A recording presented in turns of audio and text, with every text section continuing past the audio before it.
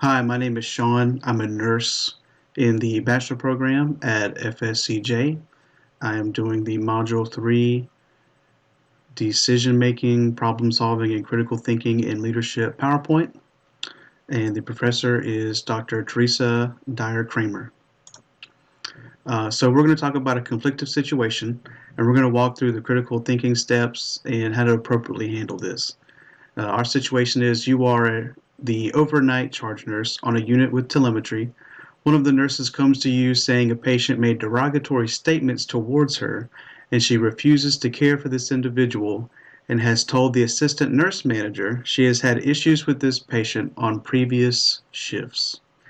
So, a pretty common scenario where there's a conflict between the patient and the nurse, and this is not the first conflict. So, what are we going to do? Common conflict resolution strategies, I should say. We're going to pick the ones that we're going to use for this situation. We're going to talk about compromising. The definition, both parties must give up something equal in value, and cooperating and accommodating. One party sacrifices his or her beliefs and allows the other party to win. Why are we going to use these? Well, there's only one situation. Well, there's two situations, I should say. There's two paths to resolve the situation. A nurse has a patient that is not getting along, not to her own fault, accordingly. We would still need to investigate, speak with the patient, what happened. It is kind of he said, she said, but this isn't the first time that these two individuals have butted heads. And so ultimately, we're going to do one of two things. We're either going to it would technically be compromising in this situation because the only the most likely path is this nurse does not want this patient anymore. So we're going to have to make a switch. We're going to ask another nurse to swap patients, and that nurse may not want this patient. This which is kind of more cooperating and accommodating. Because the other person sacrifices. They make sacrifice. They have this patient, and that's what the solution is. We might try to compromise. We might try to get them to continue to work this out. So maybe something changes where they both, quote unquote, give up something. Obviously, if this is patient driven and the issue lies with the patient and we continue to have issues, then we will handle it through the appropriate channels. But for now, we're trying to solve it at our level on the unit. We're going to accommodate the nurse or we're going to ask her to compromise, is the techniques we would use here. But when it comes to this, we're going to negotiate. Obviously, there's three phases to the negotiating. There's the before, which is obviously before you begin to speak with this nurse. This is your preparation phase. You're gathering information. You're speaking to the patient. You're getting their, as detailed of their how it was according to them, the events that took place. If there were any others involved, who else was around? Did anyone hear it? Maybe no one saw it, but they heard the conversation. What all it entailed. And the nurse said that this has happened before. So even before we make the decision of what to do, we're going to try to speak with the nurse if it's possible to find out what happened previously. The reason why I say possible is because in a situation like this, it's easy to talk about, we're going to gather all this information, we're going to write it down, we're going to take great notes on our notepad, and this is going to be a great day. But that's not always the case. The patient may actually be belligerent, and the patient may not want to give you any details and just tell you, get out of my room, I'm tired of this hospital. Or maybe the other nurse is absolutely infuriated that somehow she's gotten this patient again when she has stated that she does not want this patient, does not work well with this patient, and lo and behold, she has this patient again. And so she may not want to talk about previous issues. She might be, extremely furious. It's going to be difficult to kind of cipher through all the details. And unfortunately, what does happen on a lot of units is the decision gets made swiftly. End of story. During the engagement phase, obviously, this is you've made your decision. We're going to accommodate this nurse. We're going to swap patients. And I don't really want to talk about what you wouldn't want to do. I want to talk about what you would do because we're going to talk about what you wouldn't want to do on our next slide. The engagement phase, this is simply, maintain eye contact, continue to be respectful, listen first, listen to what the nurse has to say. 9 times out of 10, we're all the same. People would want to be listened to. If the nurse doesn't feel like they're being listened to, they're going to come away with a bad taste in their mouth. They're going to feel like, that they're not really a part of this unit. and there's going to be some, they might kind of grow apart. They might seek another job. We're going to talk about why we don't want that to happen later, because this is all part of the same pie. It's all part of the same chart. It all goes together. So during the engagement phase, it's going to be difficult. That nurse, it may be difficult to be respectful with her. Hopefully she's being respectful, but we're going to assume that she is. We're going to assume that this isn't just a really serious meltdown, and that you're able to speak with her and work your way through. And we're also going to assume that compromising we weren't able to get her to stay with this patient, and we had to swap patients. After this is your conclusion phase. This is making sure that you made all the right steps. This is making sure that you pretty much didn't do any of the following that we're going to talk about, which is this is destructive negotiating. Ridicule, which is defined as intimidation. This is your bullying. It's pretty straightforward. These types of people, the managers, we're talking, what not to do when you're the charge nurse, or any type of manager in this type of position. We have to make a decision. Don't ridicule. Don't that kind of like continual beat down. Trying to belittle them, trying to get them to bend to your will instead of vice versa. And that can happen from their part. They could be the one ridiculing you. But we're assuming that that they're playing nice, and so we're trying to make sure we play nice as the charge nurse. Ambiguous or inappropriate questioning. This is your rabbit holes. This is where questions that don't matter get brought up, that aren't important to the conversation. You don't want to, we wanted to talk about, the previous instance that this nurse had, but you don't want a rabbit hole. You don't want to, what day of the week was it? Well, that's actually a good question. But you don't want to, spend a lot of time about stuff that doesn't matter. You know, there are a lot of questions that are relevant. Like what CNA did you have? You know, but it can also be repetitive. If you're continually asking too many questions, you're probably going to get frustrated, and because you're not, you kind of, it's almost like you're stalling. And then flattery. This is your guilty coercion.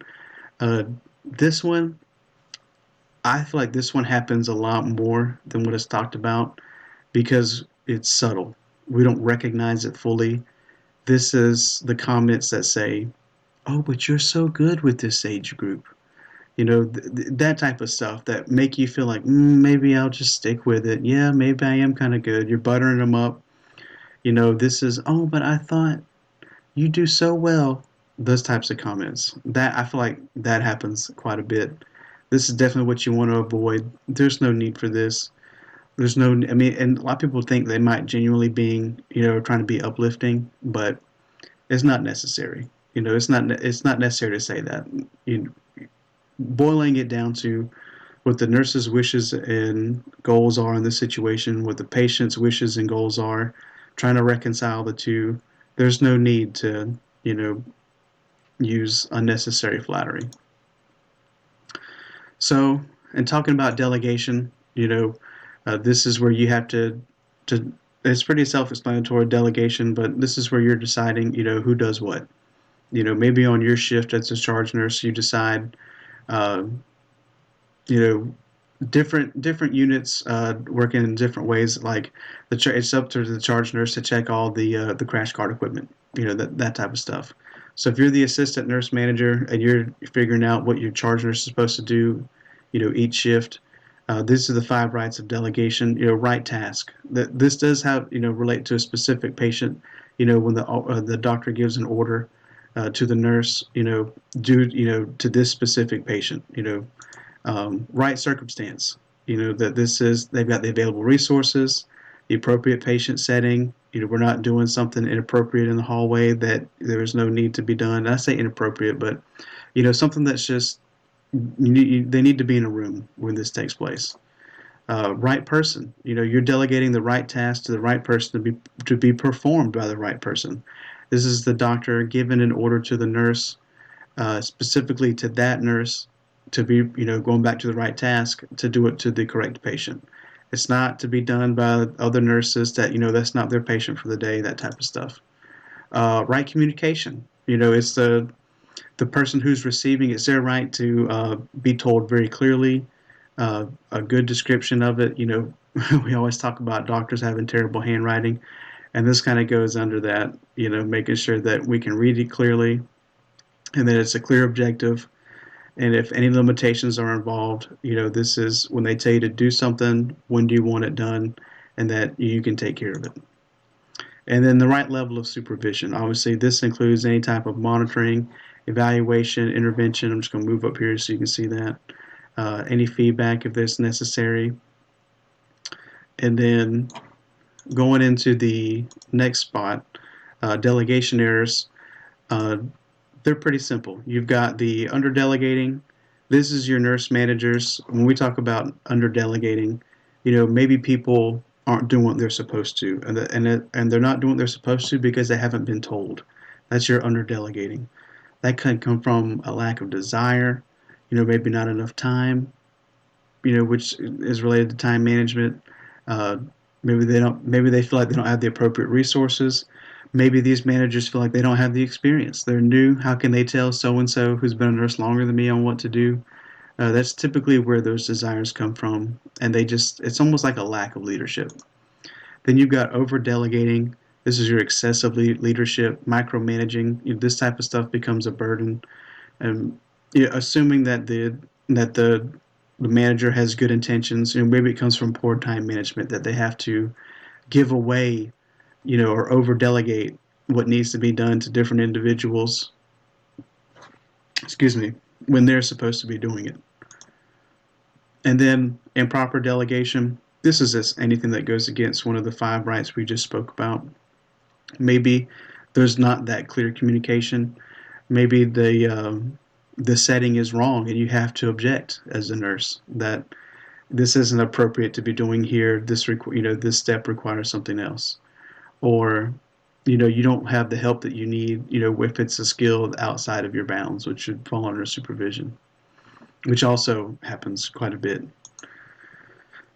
So how do we avoid all these things? How do we? I don't want to say keep it together, but how do we build or create a healthy work environment? Well, it's very awesomely defined as a place workers want to stay. The reason why I call that awesome is because we all know what that feels like. We know what it feels like to work at a place you want to stay, and we know what it feels like to work at a place you don't want to stay. So, what are the components? What makes this up? Worker empowerment. These are your workers that feel valued. These are your workers that feel like what they do has meaning. These are workers that feel like they make a difference. And that can be difficult to achieve in much larger corporations, entities, of course, because there's a lot of them. It's tough to have 5,000 workers and they all feel equal. It's just, it's difficult. So you have to make it, in their own local way, like on the units, breaking it down to almost like a community level. How does each person in the United States feel like they have a voice? Well, you break it down to the states, and then you break it down to the cities and that type of deal, the different regions. You localize it. Um, how else can you achieve this? Incentives, rewards.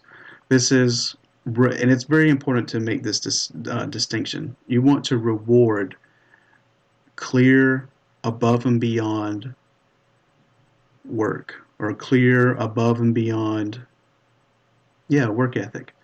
And the reason why I say clear is because it's important not to get people to feel entitled. It is kind of a fine line for them to feel like, I did X today. I should get, a reward for that. No, it really is in your job description, to dot all your I's and cross all your T's.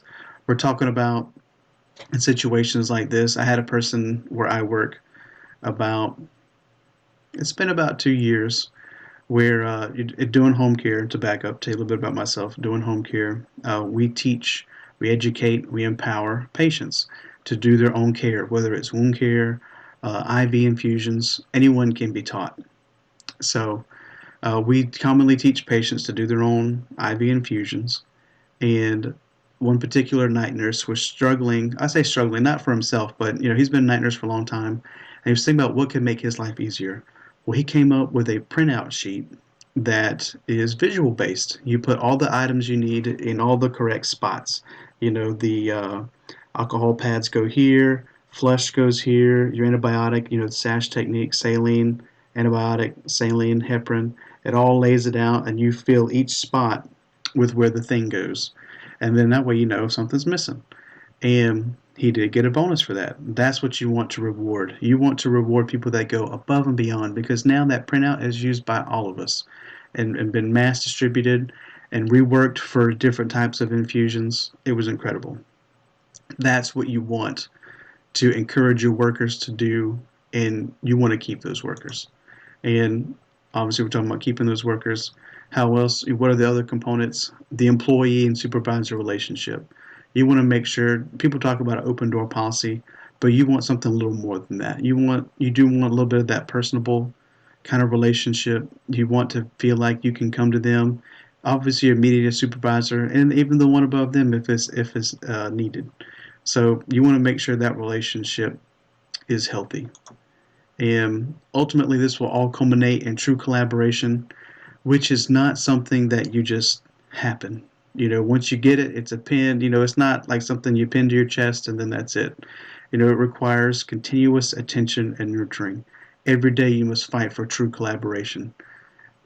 We've heard all the different, analogies. It's something trust is easy to build and easy to take away, or hard to build and easy to take away. It's like a Jenga tower. You pull one little thing out and it was the right piece and it all comes falling down. And so we have to work to build that every day. Each of us between each other in a working, environment, community. So what are some good leadership strategies to help these things? Because like I said, it's all a giant circle. Uh, you have to establish the motivations of the leader. And it begins with the leader. Um, Starting from the top down, when you have a person in place that believes in something, people will follow suit and they will, kind of be under that flag. And it sounds all pretty and peppy, but it's the truth. When you have a nurse manager that is dedicated to the patients and dedicated to the work environment of those nurses and puts themselves out there, and it's not just driven purely by money, to clock, to hit that clock and go home, and is there for other people, they feel it. And then when they feel it, they work harder. It's proven. Of course, this is also goes in with positive reinforcement. We talked about that. That's kind of this rewards and the incentives, but we want it to be specific. And the reason why I say that is it's unfortunate, but it's how it is. Others are always going to work harder than some. In order you're going to have a first place, a second place, a third place, all the way to last place. It's kind of how it is. And so you want first place to feel rewarded. You want to help last place as well. You want to encourage them to move up, to work harder. They could be in last place not because of their attitude, but because of for different reasons. Maybe their skill set, maybe they need more work, more training. But the point is, when first place, when they do something really well, you want to reward them. You don't just want to everyone gets a trophy. You want because then they're not going to feel as valued. That they're putting in all this extra time and effort, and Joe Blow over there is riding the bench, and he's getting all this stuff too. And then we see this often as well. People using unattainable goals. We want to use reasonably attainable goals. People set those. Excuse me. People set themselves up for failure by it's not that shooting for the stars is wrong, but it requires steps, and you want to get to those steps along the way. Let's get up the stairs first. Let's get to the second story, then we'll get to the third story, then we'll get eventually to the rooftop, and then we'll build our rocket to get to the moon. It takes steps, and you want to hit those steps, because one of the no in anything in general. Um, a lot of reasons why people quit, specifically dieting, they don't feel like they can hit their goals. They feel like, I'm trying to lose 100 pounds.